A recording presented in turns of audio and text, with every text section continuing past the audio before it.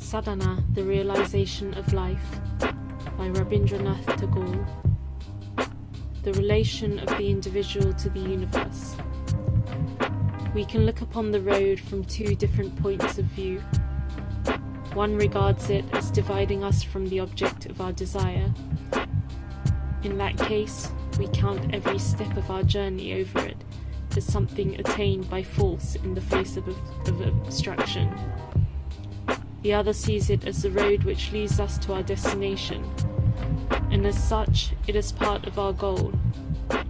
It is already the beginning of our attainment, and by journeying over it we can only gain that which in itself it offers to us.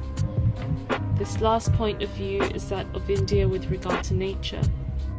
For her, the great fact is that we are in harmony with nature, that man can think because his thoughts are in harmony with things, that he can use the forces of nature for his own purpose, only because his power is in harmony with the power which is universal, and that in the long run his purpose never can knock against the purpose which works through nature. India knew that when by physical and mental barriers we violently detach ourselves from the inexhaustible life of nature, when we become merely man, but not man in the universe, we create bewildering problems. And having shut off the source of their solution, we try all kinds of artificial methods, each of which brings its own crop of interminable difficulties. When man leaves his resting place in universal nature, when he walks in the single rope of humanity, it means either a dance or a fall for him. He has ceaselessly to strain every nerve and muscle to keep his balance at each step. And then, in the intervals of his weariness, he fulminates against Providence and feels a secret pride and satisfaction in thinking that he has been unfairly dealt with by the whole scheme of things.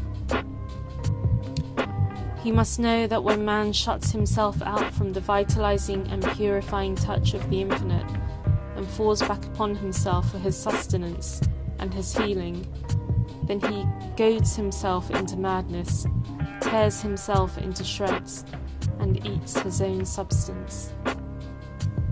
When man's consciousness is restricted only to the immediate vicinity of his human self, the deeper roots of his nature do not find their permanent soul.